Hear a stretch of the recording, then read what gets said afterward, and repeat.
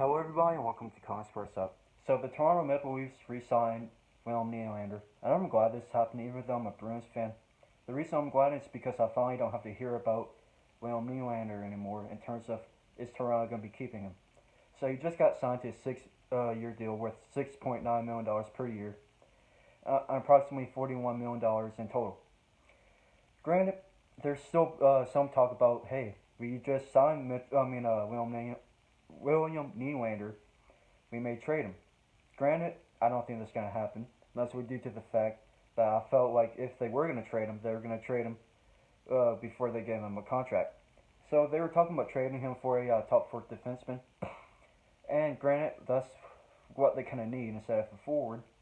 But even with Morgan Riley playing at a Norris caliber player or a Norris caliber defender, they still don't have the best defense. I mean, Jake Garner's a good offensive defenseman, but he's not there defensively. He's not on the level of Torrey Krug, but he's still a fantastic offensive defenseman. And honestly, those are the only two players who I believe that should be in the top four.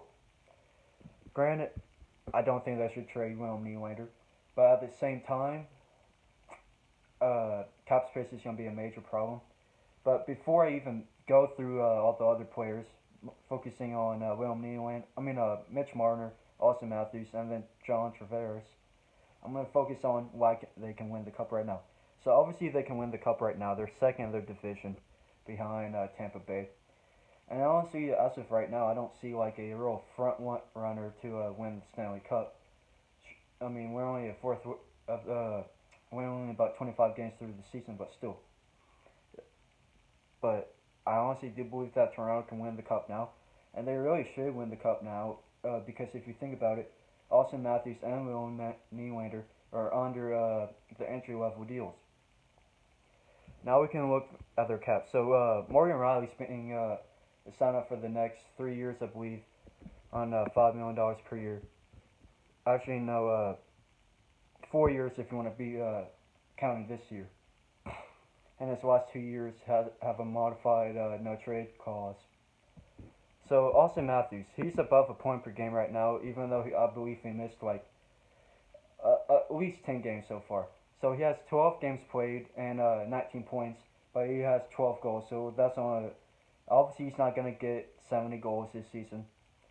I mean, he can get 50. You can definitely get 50, but he's obviously not gonna get 70. That's outrageous. You can't average a point per game a goal per game throughout his whole season.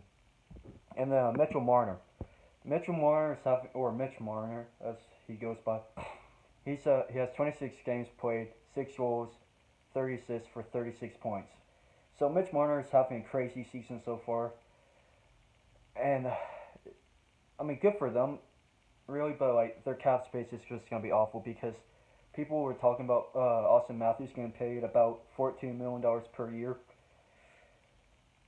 I mean, that's just crazy to me. Yeah, I understand that the cap's gonna go up, but that's a lot. I guess yeah, Matthews is a 40 goal scorer, maybe even 50, and he's a top line center. But $14 million a year is a good bit, really. I mean, he is a top 10 player in my opinion.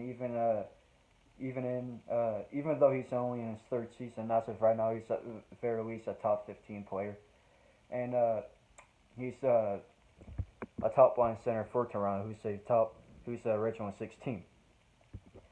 But Mitch Marner and Austin Matthews may get $14 million per year, and Mitchell Marner is definitely making the case for him to have at least $10 million per year. So if you really think about it, so John Tavares is getting $11 million per year. Austin Matthews may get $14 million per year. Mitchell Marner should get around $10 million per year. And then in the case of Nylander, he's almost getting $7 million per year.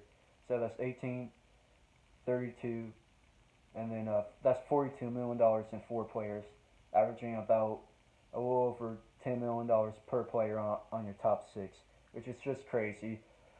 They're gonna have a lot of upfront talent, but I don't know how much depth talent they can really get. Unless if they pull a Stevie Eisenman and just kind of lowball their players. I mean, I honestly thought that William Nylander was going to take a higher payment, really, and it wasn't a bridge deal. It was $6 million per year. I mean, 6 years for about $7 million. I mean, that's pretty decent for William Nylander, in my opinion. He can get 80 points a season.